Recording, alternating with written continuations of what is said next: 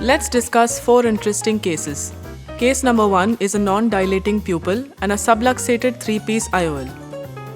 In such a scenario, rings do not play any role due to limited exposure, so hooks have to be placed. It's important to make 4 guiding marks for the hooks and then place the hooks to get adequate exposure. Now there's a trick here. If you want to refix the subluxated 3-piece IOL, you need to make sure that it is well centered.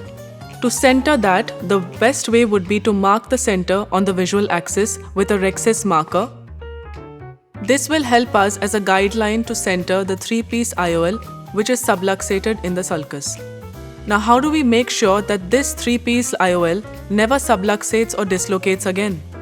The best way would be to make an opening in the fused anterior-posterior capsule with the help of the vitrectomy probe. Once that is done, we can capture this optic into the opening, which is what is being done now.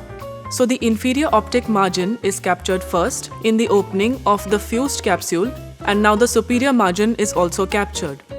By this technique, the lens will never ever subluxate and ensures perfect fixation.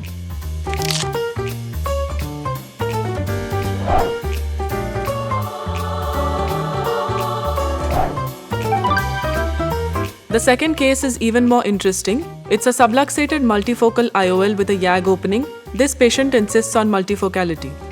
Patient was allergic to phenylephrine. Under topical anesthesia, we injected intracameral mydriatics. Triamcinolone acetate guided anterior vitrectomy is done for vitreous which has come through the YAG opening. The optic of the IOL freely rotates and we are sure that there is no vitreous entrapment. The catch here is to explant the optic disc. It's very important to hold with a micro-grasping forceps, use a micro scissors, use the incision as the fulcrum and then rotate the optic out of the incision.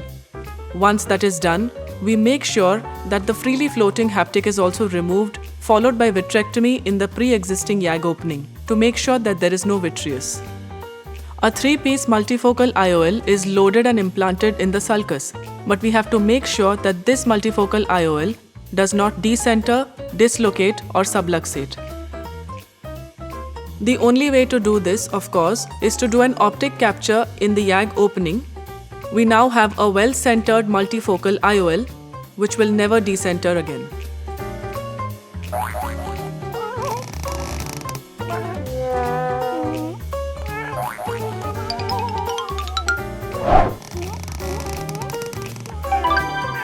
Case 3 is even more interesting. A subluxated bag complex with an endocapsular ring. Patient gives a very interesting history that when he sits he cannot see, but when he lies down he can. So we decided it is possible to refix this bag complex, created 2 Hoffman pockets on both sides. Once that is done, we decided to fixate the same point equidistant from the optic-haptic junction on both sides and do a railroad technique. The first pass is from below the endocapsular ring and the haptic, and the second pass is from above the endocapsular ring and haptic. Then both strings are brought out and tightened. Once that is done, a similar technique is employed for the opposite side. Equidistant points are selected and railroaded. The first pass will go below the optic-haptic junction and the endocapsular ring, and the second pass goes from above. One can now see how beautifully this whole bag complex easily centers on the visual axis. We can achieve good centration by refixing the same bag complex which had actually subluxated.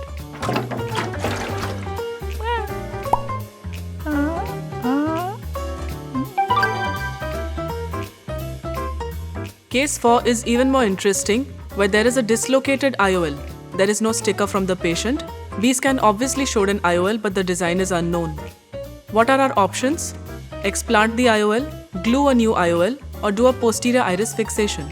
We started doing vitrectomy, and to our luck and surprise, the lens started floating up. With a micro-grasping forceps, we make sure that we grasp the lens and don't let it fall back and get it back in the anterior chamber. Interesting to note here is that these are non-foldable 6.5mm optic IOLs with dialing holes. Notice the orientation of the haptic. The plan was to glue this IOL, but in this orientation it cannot be glued.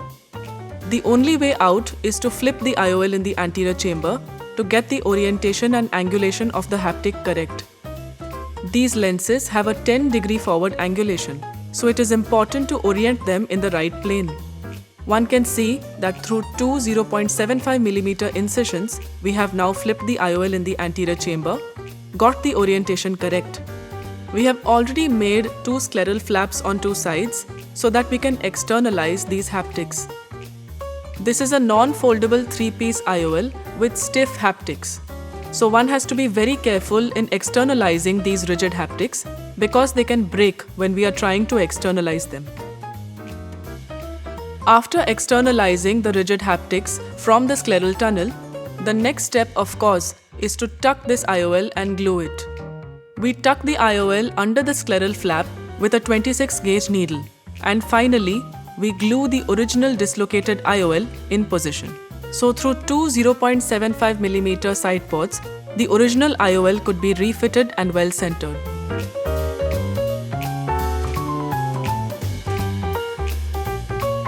In conclusion, whether it is a subluxated IOL or subluxated multifocal IOL or a subluxated bag complex with ECR or a dislocated IOL, we should be ready to refix it, replace it, resupport it, or flip it and refix it.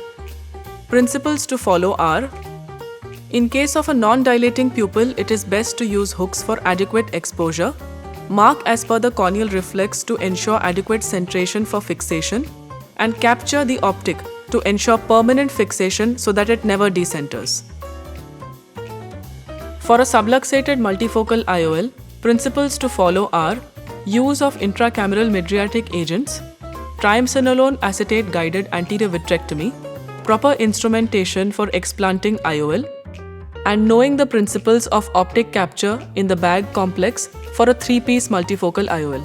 In case of subluxated bag complex, principles to follow are: to refix the bag complex, point of fixation should be equidistant between both optic haptic junctions to successfully refix the bag complex. For dislocated IOLs, anterior vitrectomy is done to free the IOL, orientation and angulation of haptics is corrected by flipping the IOL, refit the original 3-piece IOL. Thus, complex cases have good visual outcomes when handled with care.